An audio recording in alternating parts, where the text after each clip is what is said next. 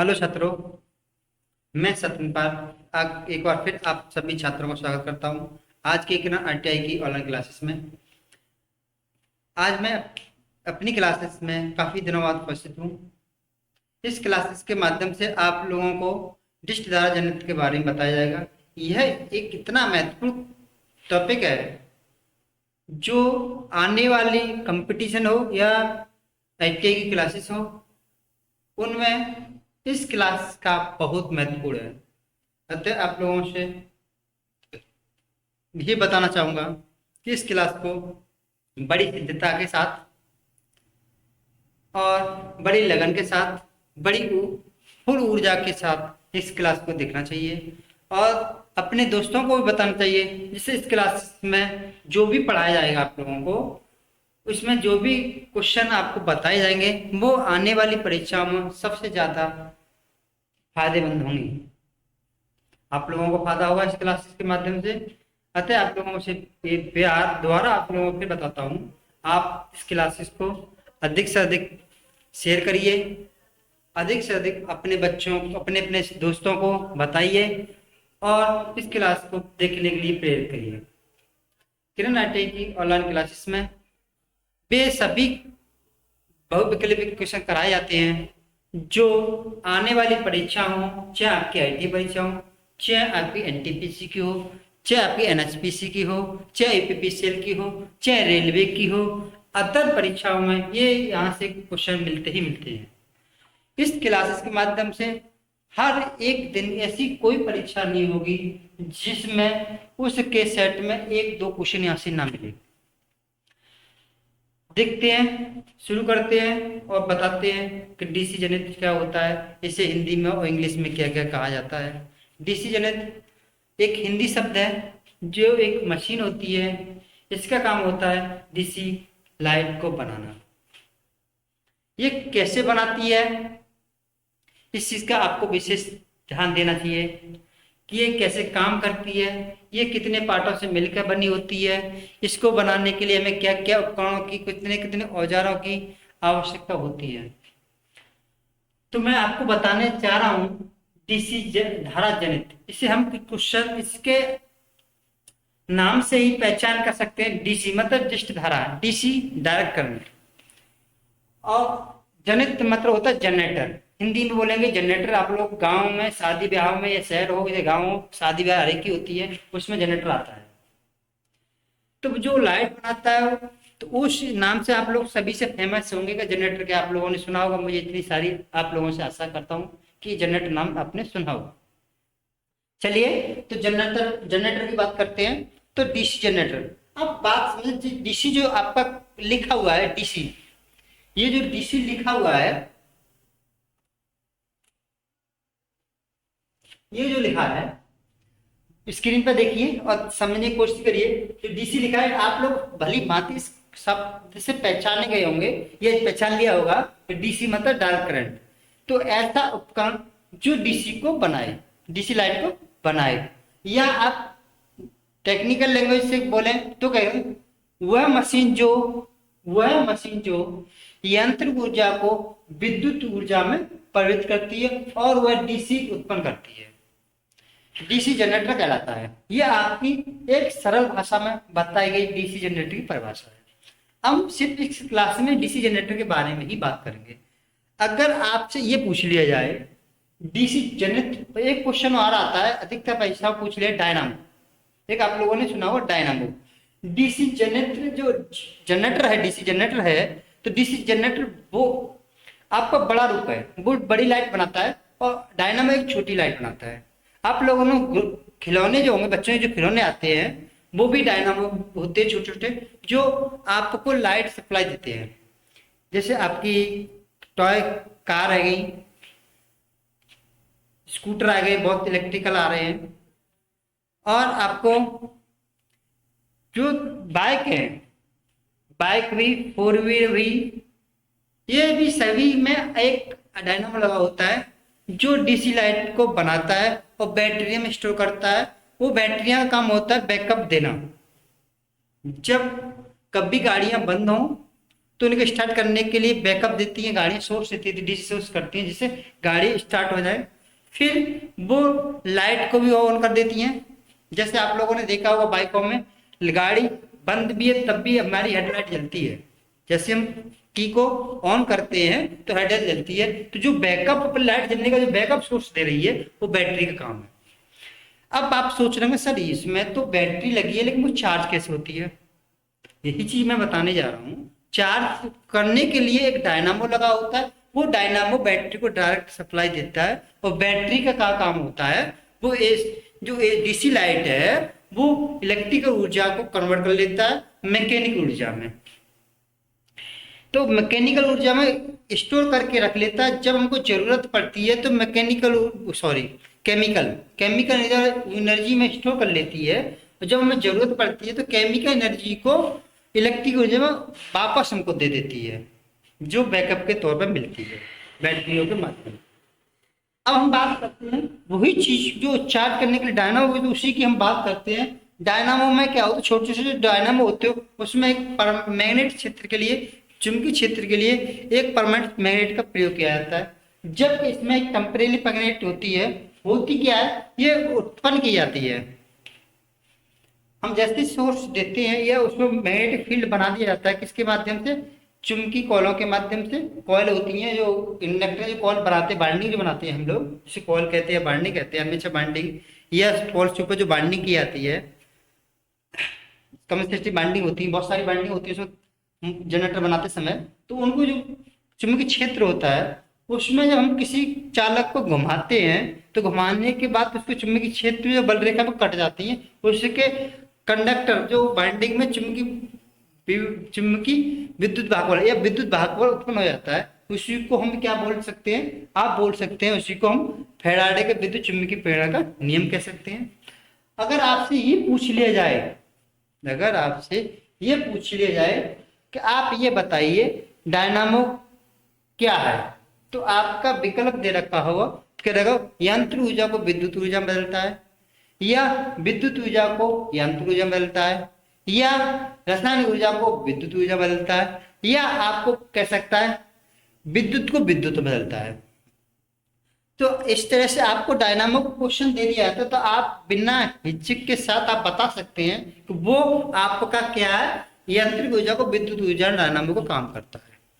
अगर किसी ने ये पूछ लिया गया कि आप ये बताइए, क्वेश्चन लिखा है आपके, कोई क्वेश्चन आया है किसी कंपटीशन में तो आपसे लिखा है उसमें कि आप ये बताइए कि डायनामो या जनरेटर किस सिद्धांत पर काम करता है, तो आपका सिद्धांत जो प्रिंसिपल है जो मैं आपको ये बताने जा रहा हूँ, ये वाला जो आपको स्क्रीन पर देख रहे होंगे, डीसी जनरेटर का सिद्धांत, तो आप बोल सकते हैं जो फैराडे के चुंबकीय प्रेरण के सिद्धांत पर आधारित होता है। तो आपको सिर्फ ये आ जाएगा चुंबकीय प्रेरण के सिद्धांत। तो ये आपका इस सिद्धांत पर आपका क्या करता है, जनरेटर काम करता है। ठीक है। अगर ये पूछ लिया गया क्वेश्चन, और अगर ये पूछ लिया गया आप ये बताइए डीसी जनरेटर में धारा की दिशा किस नियम के आधार पर निकाल सकते हैं, तो आप कह सकते हैं फ्लेमिंग के दाएं हाथ से जनरेटर का विद्युत भागबल की दिशा ज्ञात करते हैं फ्लेमिंग के दाएं हाथ से, और फ्लेमिंग के बाएं हाथ से मोटर में विद्युत भागबल की दिशा से ज्ञात करते हैं बल की दिशा। तो आप इस चीज को ध्यान से सुनते रहिए। अगर मैं जो क्वेश्चन इसमें कोई चीज ने टाइप नहीं किया है या नहीं लिखा है तो आप, मैं जो बोल रहा हूँ छोटे छोटे पॉइंटों को नोट भी करते रहिए किताबों में, जिससे आपकी कंपटीशन में ज्यादा फिल्म मिल सके। अब इसी को हम बोलते हैं सिद्धांत की बात करते हैं, डीसी जनरेटर का सिद्धांत। तो अब देखिए डीसी जनरेटर का सिद्धांत है principle of DC generator. DC generator या डायनामो लिख दिया, देखिए आप लोग देखिए लिख दिया है, डायनामो फैराडे के विद्युत चुंबकीय प्रेरण के सिद्धांत पर आधारित होता है। इस सिद्धांत के अनुसार यदि किसी चालक को किसी चुंबकीय क्षेत्र में इस प्रकार गतिमान किया जाए कि उसकी गति से चुंबकीय बल रेखाओं का छेदन होता हो तो उस चालक का विद्युत भागबल उत्पन्न हो जाता है। इसी को ही फैराडे का विद्युत चुंबकीय प्रेरण का सिद्धांत कहते हैं। आप लोग समझ गए? देखिए मेरा कहने का मतलब, आप चित्र पे आइए। ये दो चुंबक है, मान लीजिए दो चुंबक है, एक एन है एक एस ध्रुव है, उन बीच में एक कोई चालक रख दिया है। ठीक है, चालक रख दिया, चालक मतलब रख दिया कोई, आर्मेचर डाल दिया, आर्मेचर डाल दिया, आर्मेचर रख दिया। आर्मेचर में बाइंडिंग होती है, तो बाइंडिंग का कनेक्शन होता है आपकी सेल्फ रिंगों पे। जब हम करंट कहाँ से लेते हैं, ऐसा तो है नहीं भाई बाइंडिंग लगा दी और डायरेक्ट करंट देने लगा, तो उसके भी कुछ उपकरण लगा दिए जाते हैं, स्लिप रिंग, कम्यूटेटर, पोल ट्यूब, ये इनके अलग अलग पार्ट के नाम है, वो आगे विस्तार से बताऊंगा। अब मान लीजिए हम सिद्धांत के बारे में बात करते हैं, तो जैसे मान लीजिए कोई एक कंडक्टर रखा है, चालक है, और वो किसी चुंबकीय क्षेत्र में रख दिया, और हमें इतनी तेज घुमाए कि उससे चुंबकीय जो क्षेत्र कटे, चुंबकीय बल रेखा की, चुंबकीय बल रेखा का वो कटे, तो कटने पे वो जो चालक में क्या जाता है, एक विद्युत भाग उत्पन्न हो जाता है। इसी को हम क्या कहते हैं, विद्युत फैराडे का विद्युत चुंबकीय प्रेरणा का सिद्धांत कहते हैं। तो ये आप लोग सिद्धांत समझ चुके होंगे, समझ चुके होंगे मुझे आशा है, जो मैंने आपको बताया है सरल भाषा में। समझे कि नहीं समझे? चलिए देखते हैं। अगर आपको कोई भी अगर डाउट है फिर भी, तो हमारे यूट्यूब चैनल के माध्यम से आ जाइए, कमेंट बॉक्स में लिखिए और भेजिए अपनी समस्या को हमारे पास, हम उसको देखेंगे और आपकी समस्याओं को हल करेंगे। इसी तरह इसकी आप बताते हैं इसकी बनावट, डिसीजन के भाग, कितने भागों से मिलकर ये बना होता है, डिसीजन नेत्र का भाग।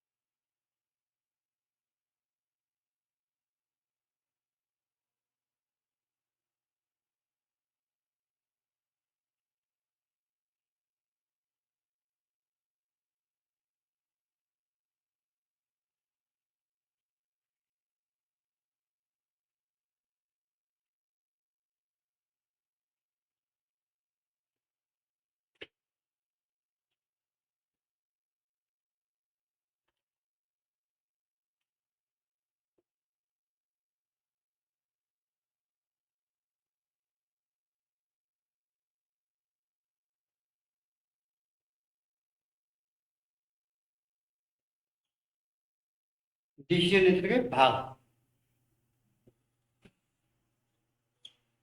डिसीजन नेत्र के निम्नलिखित भाग होते हैं।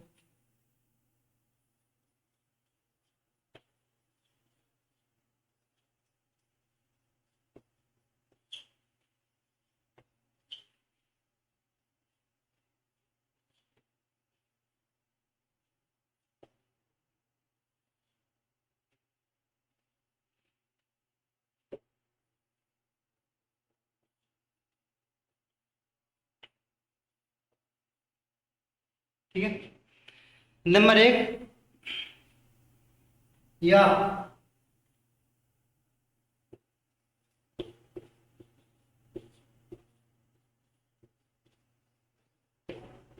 ठीक है, या। अब आप लोग सोच रहे हो डीसी भाग जो भाग दे रखा है, या यह जो है ये जनरेटर का बाहरी आवरण होता है, या कह सकते हैं मोटे मोटे शब्द बोल सकते हैं, ये जनरेटर की बॉडी होती है। ठीक है, बॉडी बोलो या उसके भाग, वो बाहरी आवरण बोलो, जिसमें सारी कोयलों को, अर्मेचर को रखा जाता है, ढक के रखा जाता है। तो ये ऊपरी भाग होता है किसका, जनरेटर का। अब इसका भी तो कुछ महत्व होगा, ये किसका बना होता है, इसका भी तो कुछ महत्व होगा। भाई ये क्यों बनाते हैं कि हम फालतू एक्स्ट्रा मटेरियल लगा रहे हैं, क्यों एक्स्ट्रा पैसा, मटेरियल लगेगा तो पैसा भी लगेगा, तो इसका क्या महत्व है? ये क्या करता है? ये आपको भारी चीजों से क्या करता है? सुरक्षा प्रदान करता है। यांत्रिक, जैसे कोई सब जो धूल मट्टी आ रही तो लोग बचा देगा। और आपको चोट फोट अगर किसी यांत्रिक यांत्रिक सुरक्षा पैदा करें, जैसे मान लो कोई चीज गिर गई तो हमारे कोई चीज शॉर्ट नहीं होगी, बाइंडिंग शॉर्ट नहीं होगी, जिससे वो अपने आप में झेल जाएगा। ऊपर से गई तो बाइंडिंग खराब नहीं होगी, तो ये क्या करेगी? ये यांत्रिक चोटों से भी बचाने का काम करता है। ठीक है। दूसरा काम इसका,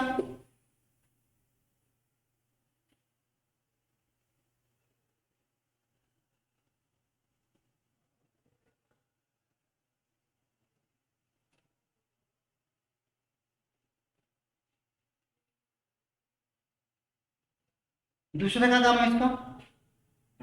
दूसरा काम है ये चुंबकीय बल रेखाओं के लिए रास्ता प्रदान करना। चुंबकीय रेखाओं को मैग्नेटिक का पाथ बनाने का काम करता है। चुंबकीय बल रेखाओं का ये पाथ बनाने का भी काम करता है ये। तो पहला काम क्या है ये आपका? भारी या यांत्रिक सुरक्षा प्रदान करना। यांत्रिक सुरक्षा प्रदान करना। ठीक है, पहला काम ये। दूसरा काम चुंबकीय बल रेखाओं के लिए रास्ता बनाना, पाथ प्रदान करना। चुंबकीय बल रेखाओं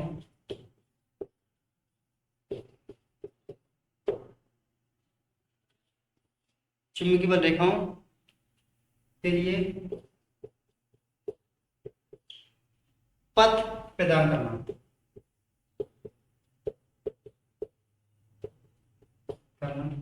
ठीक है। और क्या करता है? वायुमंडलीय प्रभावों से रक्षा करना, धूल मट्टी कण जैसे भी। ठीक है। धूल या छोटे छोटे धूल या तापमान, तापमान से भी अच्छा तरह करता है। ठीक है।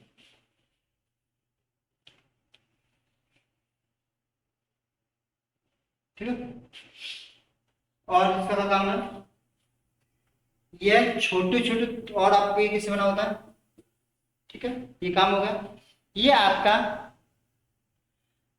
छोटे छोटे डायनामो का ये बॉडी, इसे बॉडी भी कहते हैं, इसे बॉडी भी कहा जाता है। ठीक है, इसे क्या कहते हैं? बॉडी भी कहा जाता है। नंबर 6, इसे क्या कहते हैं? बॉडी भी कहा जाता है। नंबर 6,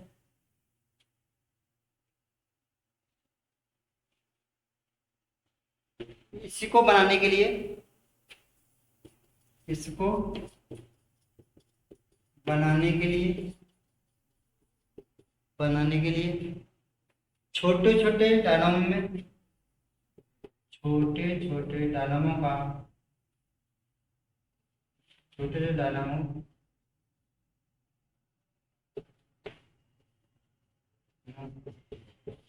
को ढलवा ढलवा लोहा का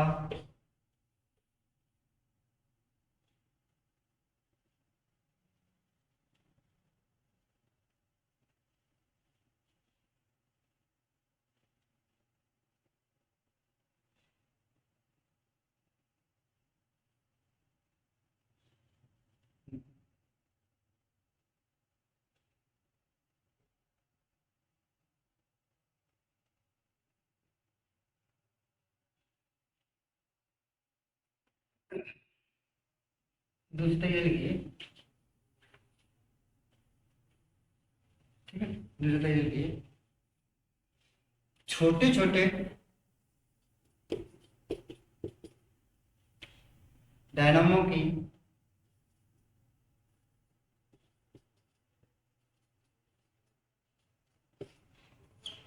डायनामो को ढलवा लोहा का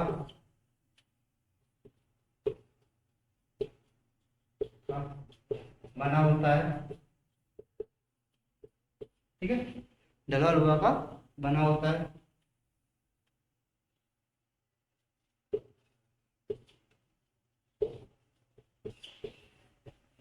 और बड़े बड़े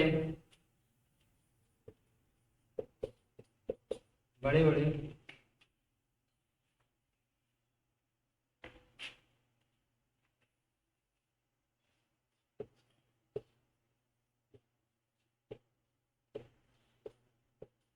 बड़े बड़े और बड़े बड़े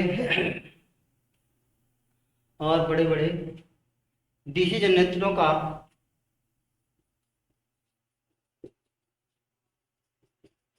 जनरेटरों का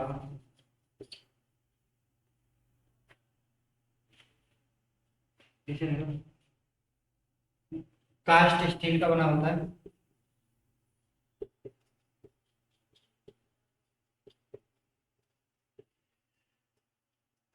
बना होता है, किसका बना होता है? कास्ट स्टील का बना होता है।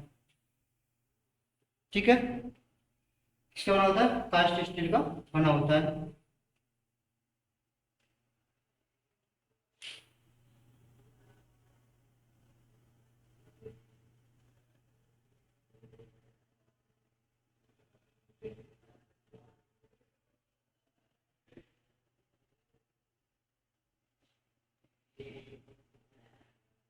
ठीक है, समझ आ रहा है ये चीज? यांत्रिक सूचना प्रदान करता है बॉडी, चुंबकीय रेखाओं को काटने के लिए पथ, चुंबकीय रेखाओं के लिए पथ प्रदान करता है, धूल या तापमान से भी रक्षा प्रदान करता है। इसे बॉडी भी कहा जाता है। इसे नंबर 6 अगला पॉइंट है, छोटे छोटे डायनामो को ढलवा लोहे का बना होता है और बड़े बड़े डीसी जनरेटरों का कास्ट कास्ट स्टील का बना होता है। ठीक है, इस पर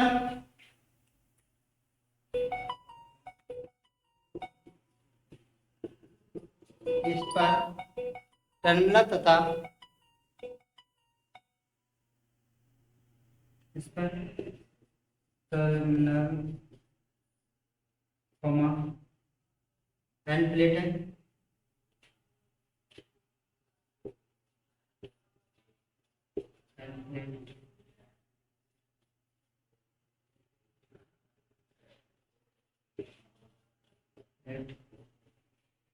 टर्मिनल एंड प्लेट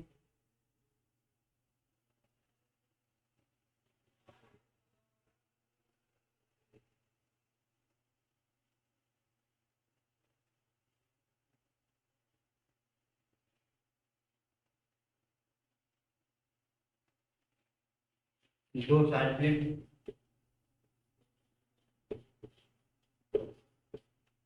दो साइड प्लेट तथा तथा और बने होते हैं।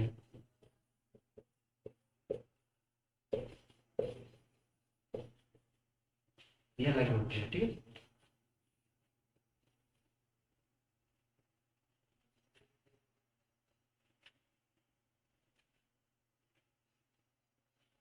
ठीक है, बने होते हैं। तो पोल शू बॉडी के साथ, कुछ तो पोल शू बॉडी के साथ ही बना दिए जाते हैं और कुछ पोल शू आपको क्या बना दिए जाते हैं, उसके किसी नट बोल्टों की सहायता से उनको बाहर से कस दिया जाता है। अतः हम कह सकते पोल शू दो टाइप के होते हैं। एक तो होता है पोल शू आपका जिसे फील्ड पोल भी कहते हैं, जिसे हम क्या कहते हैं? फील्ड पोल भी कहते हैं। पोल शू फील्ड पोल, सॉरी गलत, पोल शू नहीं, फील्ड पोल कर दो उसमें, फील्ड पोल।